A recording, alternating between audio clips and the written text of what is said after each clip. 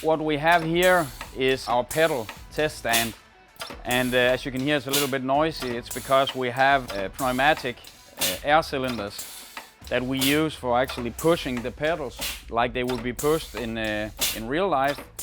So, for example, right here we have the throttle pedal being activated over and over again, and we're doing that to see if we can wear out some of the parts or how they wear, and if we need to reinforce them, if we need to change the design, or also just to get a better understanding of the quality we are doing. Over here we have the brake pedal. As you can see, there's actually a shoe mounted, or the top of a shoe mounted on the piston.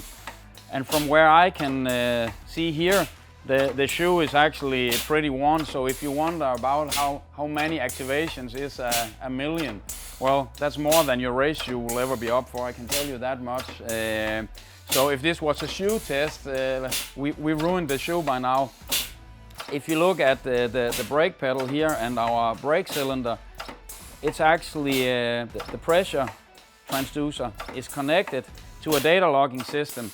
And if right now we are pushing with 90 bars, 90 bars is a pretty hard brake pressure for a race car driver. You can also, some drivers are pushing even harder. It's car dependent. But for this specific test, we are pushing 90 bars.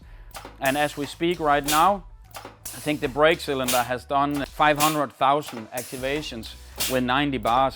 If you then think to yourself, is that a lot or is it not a lot? Well, if you consider a racetrack with 15 corners and you have, let's say, 2 or 3 straightaways, that means that on every lap you do, you brake hard 3 places. And then in the other places you only perhaps brake 30 bars or 40 bars. So 500,000 activations with almost 100 bars is actually quite stressful for the system, and it's pretty hard load.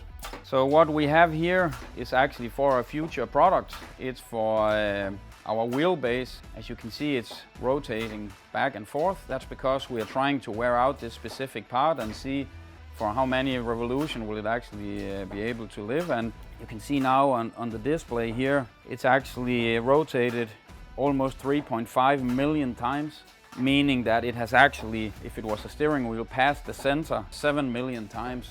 It's the electronic integrity we are trying to determine here. So this is just one example of the rigorous testing we are doing on all our products.